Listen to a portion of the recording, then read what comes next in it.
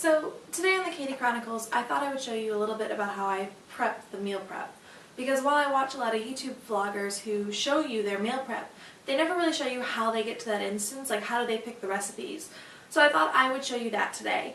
And for me, it's kind of a passion because 2 years ago, I took this class on environmental sustainability, and as part of the class, I had to do this whole project on food and food waste. And the numbers just absolutely devastated me.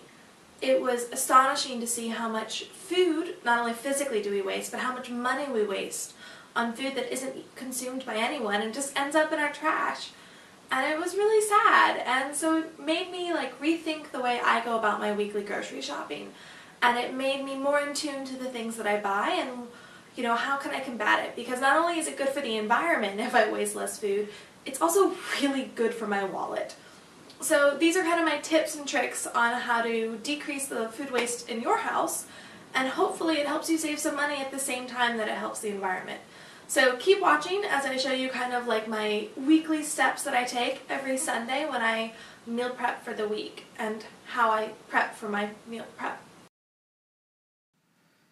So here's how I meal prep each week. I start normally on Sunday mornings. I use this glass ruler that I bought from TJ Maxx for, I think it was $2.99. You can still see the sticker smudges on the side. Oops, I need to get some more glue be gone. So the first thing I do is I use the ruler to make 4 equal-sized rows. I'm using a ruler. I know that should make them perfectly equal, but I'm human and sometimes they're a little bit skewed. But yeah, I make 4 rows. The first row is for the days of the week, and then the second row is for breakfast, third for lunch, and then fourth is for dinner. And I only do those. I don't plan out my snacks. I'll kind of think about what I want to have for snacks that week, and I'll make a list separate for that. It's just a way to give me a little bit more flexibility in my schedule because I need to be able to make some choices. So the next thing I do is I make columns. Now on this big pad of paper, it's sticky, which I love. It's from the Container Store. I'll try to link it below if I can still find it, but I bought it last year. It allows me to do 6 columns, so I do Sunday through Friday.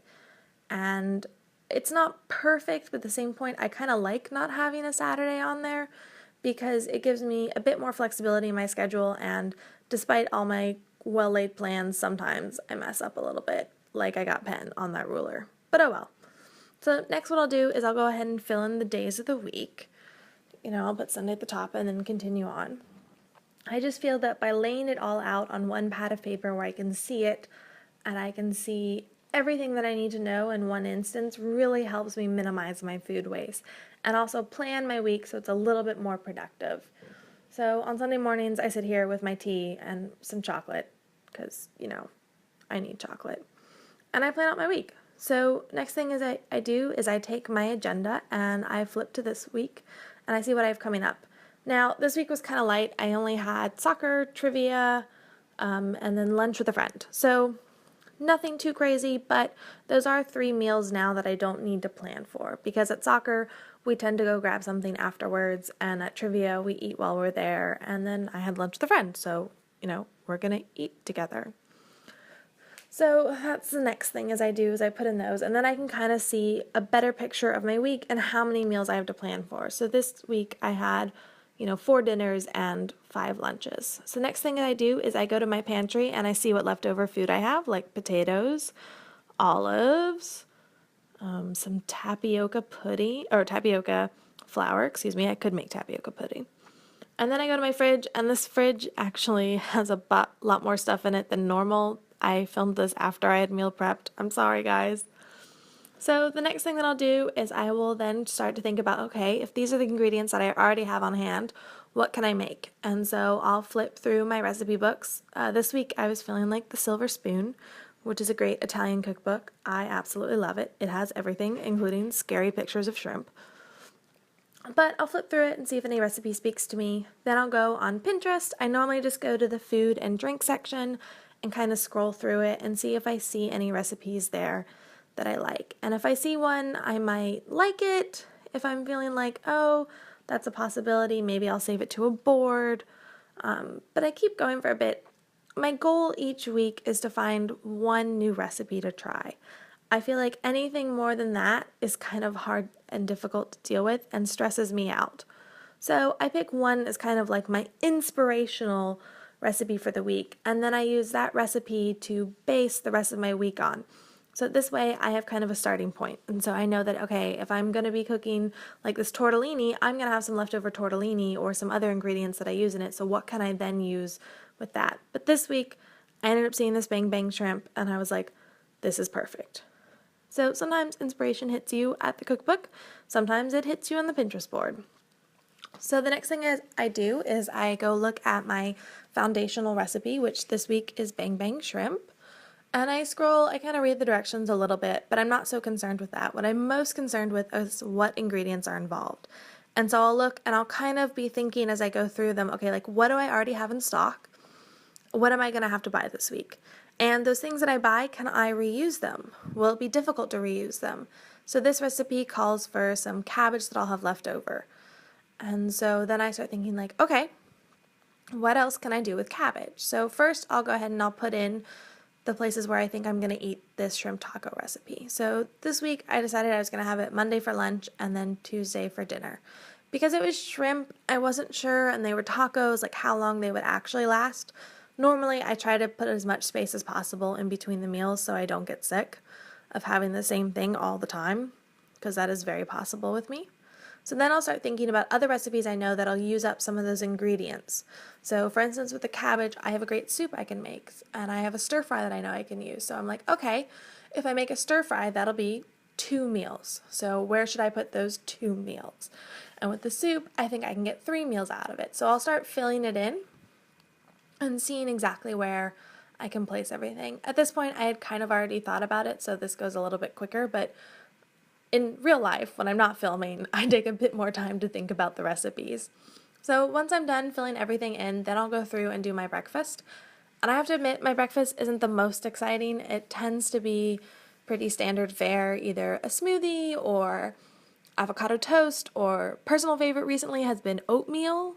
Sometimes I'll do a scrambled egg if I'm feeling like really crazy. But it tends to be things that I already have in my pantry, and it just makes it a little bit less stressful for me. So I'll go ahead and fill those in. I try to switch it up. For the most part, these don't matter because it doesn't matter if I have oatmeal on Tuesday or if I have it on Thursday, because the oatmeal isn't going to go bad. And so that kind of helps. And as well, I try to leave room for error in my meal plan because I know the best laid plans sometimes do go askew. So I'll fill everything in. I'll think about it a bit more, and I'll make sure that I have enough leeway room. At this point, I realized I hadn't planned for Friday night, and I thought like, I probably won't end up eating at home Friday night. So once I'm done with that, I'll go back to my main recipe, and I'll look at the ingredients and think about what I have and what I don't have. And the items that I don't have will go on my grocery list. I find it really important to have a grocery list. It helps me stick to it when I'm in the grocery store. And I am very likely and apt to throw random things in my cart, and so if I have a list, it kind of helps me a bit more stay on track and not be wasteful of both my food and my money. So yeah, this week I wrote down the ingredients for that I knew that I didn't have, like the cabbage and the shrimp and a couple other things, and then I'll go through after I'm done looking at this recipe and I'll start adding other things that I know that I need. Now that could be like stock ingredients, like, I don't have any more rice and I need to add that, or it could be something a bit more unique to what I need for a recipe that I'm making that week. So then once I'm done with that, the fun part comes. I take my giant pad of paper and I start thinking about what snacks I need or other little tips and tricks, and I might write those down on the bottom. But then once I'm done and I've written that, I stick it up on my big board, which is on my pantry door. I actually lucked out in that this fits perfectly in this little frame. This is a stick chalkboard covering that I have on my pantry door, and so I stick it there, and I'm sorry it didn't exactly fit.